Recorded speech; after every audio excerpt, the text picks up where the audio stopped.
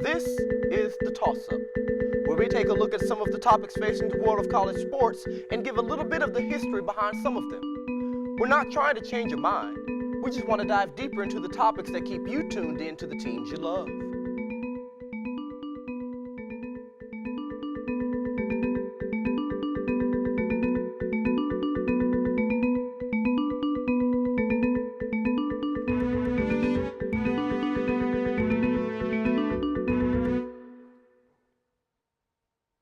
The NCAA is under attack, and for many college sports fans, this is rightfully so.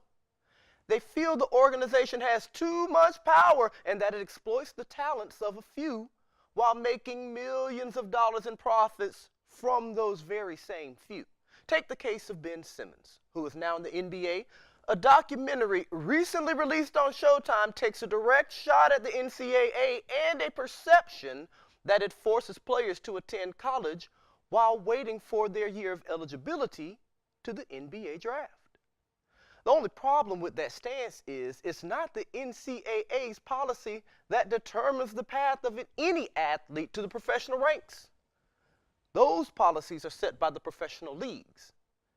To help you understand a few things about the present, let me take you back to the 1800s, when a railroad company paid the rowing teams from Harvard and Yale to compete in a regatta, a competition that still exists today. The sponsor covered the travel expenses for the teams, as well as lodging and even equipment. By the time the NCAA formed in the 1900s, college teams had began paying professional athletes to play on their teams.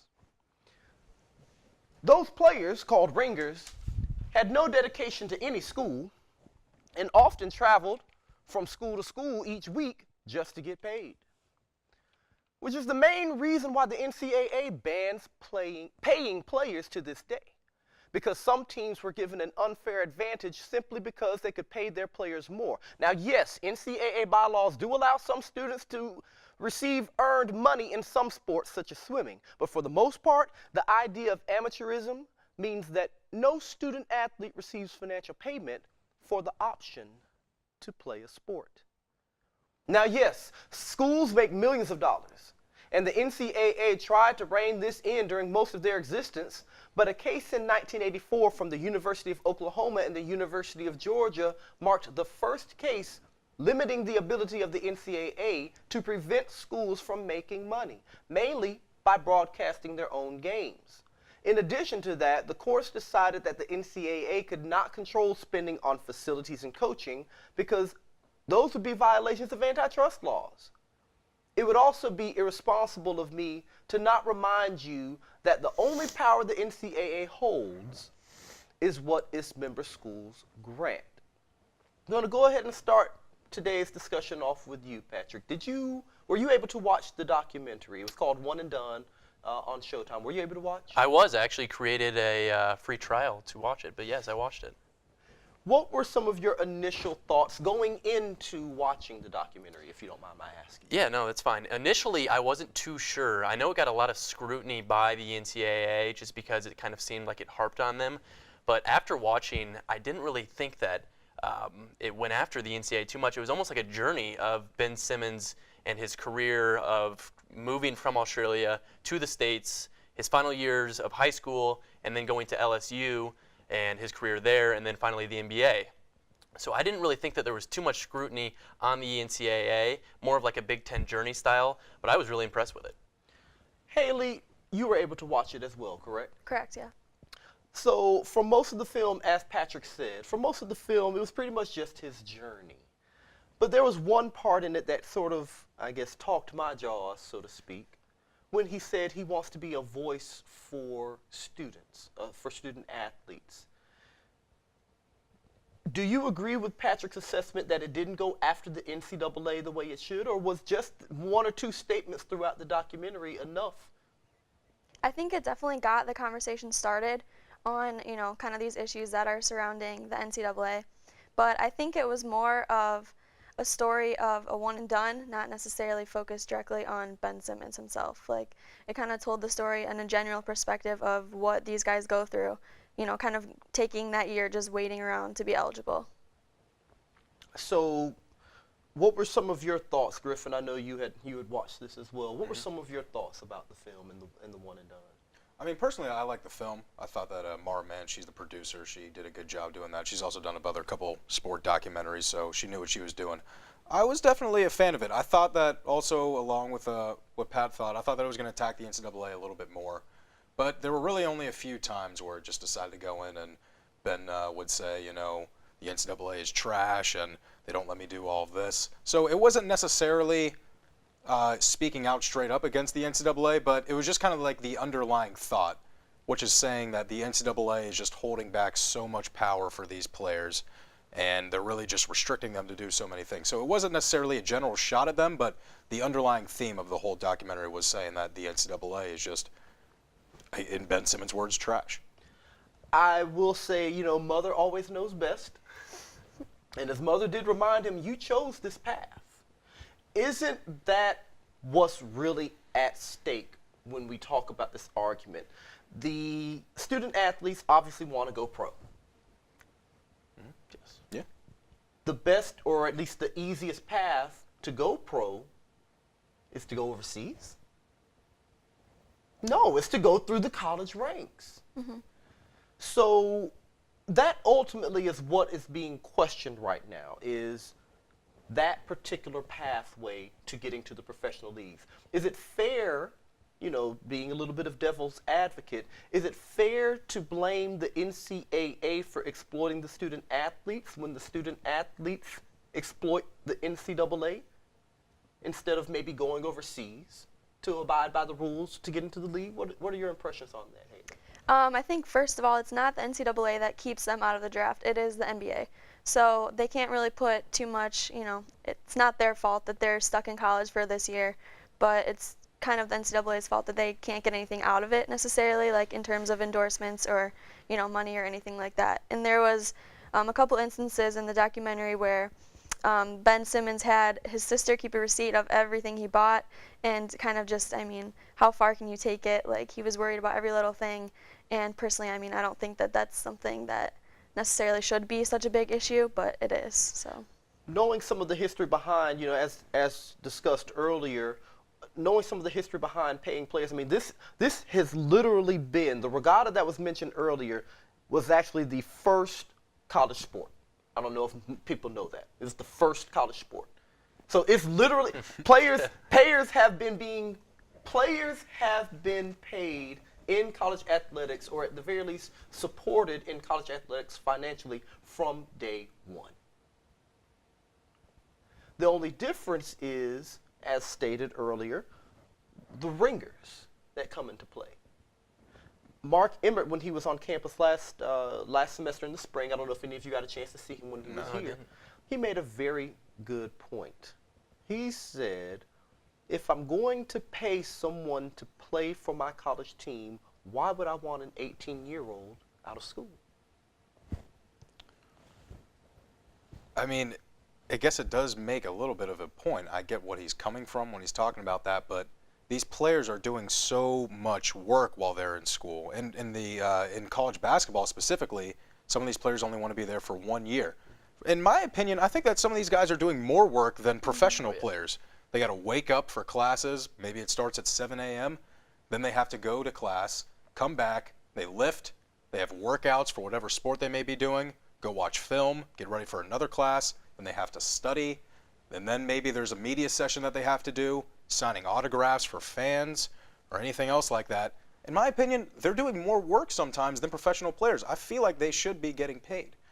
In my opinion, I just think that's how it is. So I agree with what Ben Simmons had to say in his documentary. I get what Mark Emmert is trying to say, but these guys are doing way too much work to not get anything out of it. I will say, going along that strain of thought, or that train of thought, whatever the right word is for that, going along that thought, stream maybe. Sure. Anyway, going along that any word works. Any of them. Going along that thought, the NCAA does say 20 hours a week. But 20 hours a week also means coach present for the most part.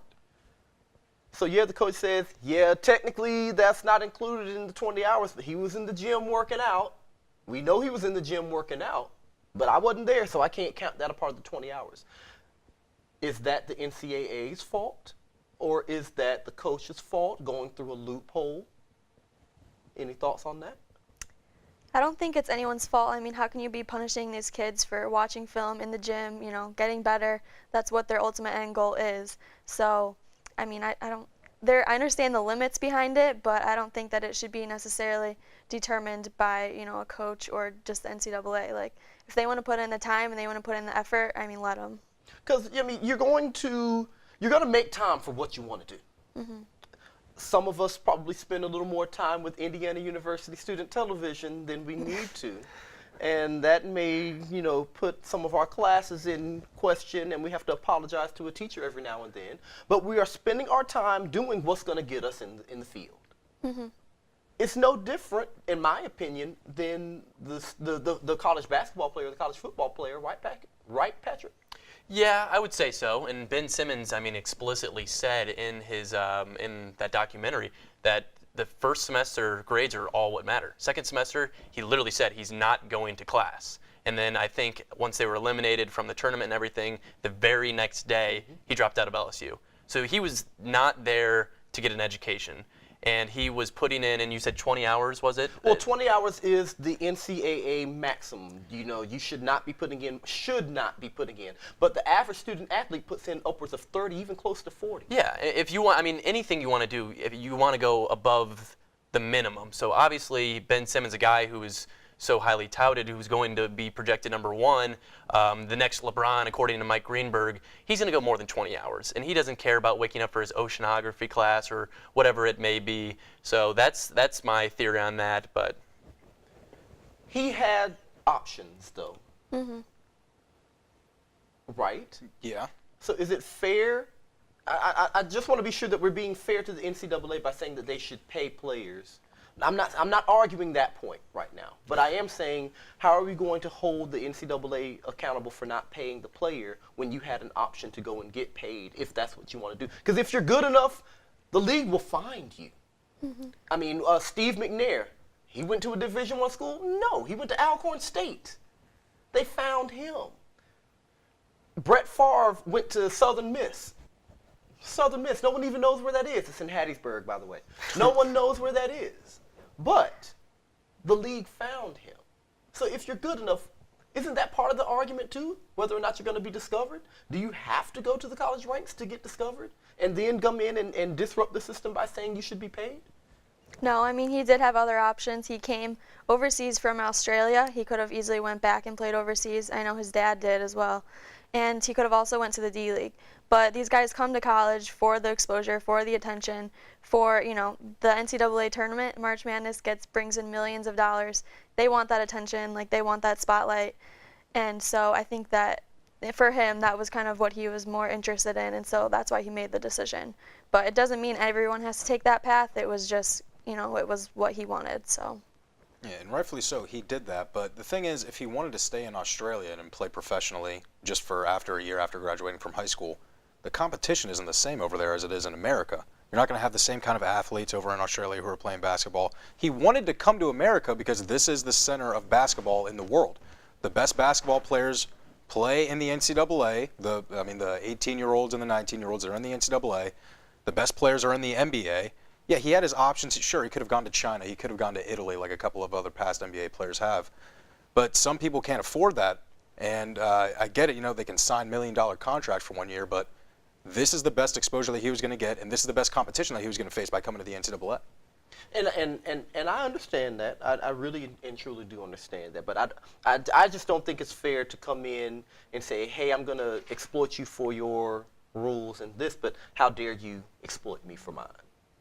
Because I doubt he's going to send. I'm just going out on a limb, but I wonder how many of some of those athletes who claim that they made so much money, I wonder how many of them give some of this money back, or how many of them are taking advantage of not being exploited because they rely on the exploitation.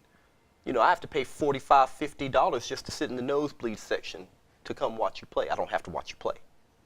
I choose to watch you play. And to me, that's the same thing, you know, with the athletes who decide to go into the college ranks instead of going pro. Yeah, and the only difference that that's kind of between that is that he said that Ben Simmons, he never wanted anything to do with the NCAA. He never grew up watching the NCAA. The March Madness tournament was never in his plans. He didn't care for any of that. He just wanted to come here because this is where the best competition was. And like you said, Pat, all he had to do during his 1 year at LSU was just get a 1.8 GPA in his first semester. 1.8. And I think that's what he did because Well, yeah, he didn't qualify for the Wooden Award, and that's Right. what you have to do is have a 2.0. Yeah. So Yeah, and all you need to do is just have a 1.8 GPA for that first semester, and then you're eligible for the next part. And you literally don't have to go to class to get a 1.8. No. And something I thought was kind of comical was the coach, I'm not sure, LSU's coach. John Jones, he called out Ben Simmons for not going to class, and they sat down and had to figure out a punishment if he didn't go to class. And Ben Simmons didn't go to that class. What was the punishment? Sitting out for the first 4 minutes and 30 seconds. Wow, that's really something. 4 minutes and 30 seconds, come on. Well, no, I mean, everyone who was at LSU, even the head coach, Johnny Jones, they knew that he didn't want to be there for classes. That wasn't something that mattered, but when you're the coach, you have to find a way to punish your players if they're breaking the rules, or at least breaking your team rules. And so, I mean, you have to have that conversation where you sit down with the player and say, all right, let's figure this out. I know you don't want to be here, but I'm the coach. This is my program. We have to figure out a punishment, and this is what has to happen. Everyone knew that he was going to be gone after 1 year, so they just had to find some kind of small punishment. They ended up losing that game where he sat out for first 4 minutes or so. Yeah. Big time loss. Yeah. You can't lose to a terrible Tennessee team. Yeah. That's a point where it's just, for Ben Simmons, he wanted nothing to do with the NCAA. All he wanted to do was just come to learn how to be a better basketball player, play against some better competition than he might have had in Australia, and then be the #1 pick in the NBA draft. And something else about the NCAA, so sorry. No, go ahead.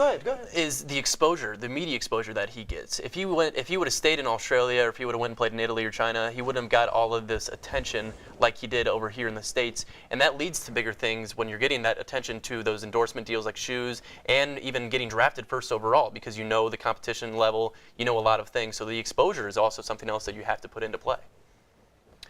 I think one thing that at the very least sort of gets lost in this discussion, because we all always talk about the NCAA, but I think one thing that gets lost in this discussion is the eligibility rules from the professional leagues.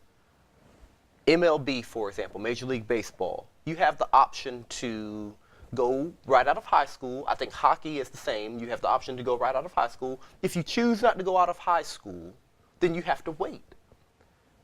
Why doesn't the NBA do that? Why doesn't the NFL do that?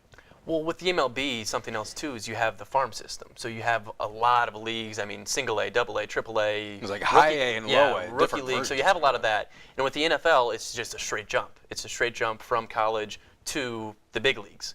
And with the NBA, I mean, now the D League's starting to pick up a little bit, but there's really not that farm system where you can grow and mature. So I kind of think that's why baseball has that, and hockey. Hockey has the same sort of situation. And I think that they have this rule in place with NFL and with the NBA because they want you to get a little bit of a learning experience. Like I always think back to when Mike Wilbon, he said it in the documentary about they were playing Marquette. It might have been the first game of the year, and Ben Simmons passed up 2 chances to shoot a game-winning shot. And if he's in the NBA, like you can't learn at the top level your mistakes. Like you learn that in places like college, and then you move on. So, going down that thought of the farm system, are there not enough players to do that in the NFL? Is that why they don't have one? I think that they have. I mean, there's enough players that want to be in the NFL. Well, there's 250-something draft picks every single year between the 7 rounds. They have the players, but for the NFL, I think it's a lot different because in the NFL, you have the strongest, you have the fastest, and you have the most athletic football players in the world. In college, you could be one of the top recruits, but you still might be like 6'1", 180. You can have the speed, you can be more athletic than everyone in high school, but you don't have the size and you don't have the strength. And if you go straight from high school to the NFL, there's a good chance that you're going to get hurt really bad. So they need to go to college to develop their bodies, to get stronger, and to get more fast and more. They just bring everything together. There is enough players that they want to have in the NFL, but it's just about, do they have the right body? Can they sustain all of the body hits and all of the injuries that happen in the NFL? And there's only a certain amount of players that are able to do that. And something about the NFL too is the contact. I mean, baseball, you just don't have that. Baseball, you can play up until you're 40, 45 even if you're throwing a knuckleball pitcher or something like Weigh that. 300 pounds and play in the MLB. Yeah, really. So it's just a lot less contact. But within the NFL, I mean, you see guys like Marshawn Lynch retiring early. You have guys just retiring early just because of their physical beating. I know last week you guys talked about the concussion protocol, and that's just a perfect explanation for it. It's just because it's a lot more of a contact sport, and it's just not the same as an MLB. So once again, always a lot to think about. It's sometimes not as simple as making a statement, such as Ben Simmons in his documentary, or even some of us even on the panel. Sometimes it's not that simple, but at the very least, we can come together and talk about these things and hopefully find a solution or two. Thank you, Patrick. Thank you, Haley, for coming. Griffin more than likely will be back next week. I don't see us. That's the plan. That's the if plan. you want me back. Well, why would I not? I don't know, man. I don't know. I couldn't tell. Not impressed with your performance or something like that. Is it my tie? Well, I will say this is a very sharply dressed panel, though. But this isn't the fashion. Haley missed the I Navy know. memo. Sorry. No, well, hey, it's blue, though. It's You got blue. blue. It's a Yeah, good shade. yeah. Invite me back. I'll do better next time. You did fine. You did fine. Well, thank you for watching this week. You can always throw a suggestion or any questions about sports our way by going to our Facebook page at IUSTV Sports or by interacting with our Twitter account at IUSTV Sports. Toss it up. Find out if we'll catch it. Until next Sunday, be proud and cheer loud.